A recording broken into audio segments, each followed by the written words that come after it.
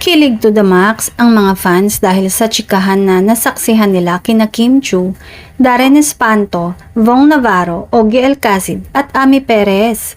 Sa isang segment nila sa show na ang sagot ni Kim ay Born to Love You na tama. Humirit si Darren na, "Bestie, kanino mo sinasabi yon?" Pero sumingit agad si Ami na, "Yung pelikula mo malapit na, 'di ba?" Sa March 26 po, in cinemas worldwide, My Love Will Make You Disappear, I Am Born to Love You, sabi ni Kim. "Sino kasama mo doon?" Tanong ni Vong. "Si Paolo Avellino kasama ko," sagot naman ni Kim. "Kumusta shooting nyo?" Tanong ulit ni Chang Ami. "Pagkatapos ba ng shooting nyo bago ka umuwi, masaya ka?" "Oo naman, kasi maganda ang movie. Maganda talaga, I can feel," sagot ni Kim.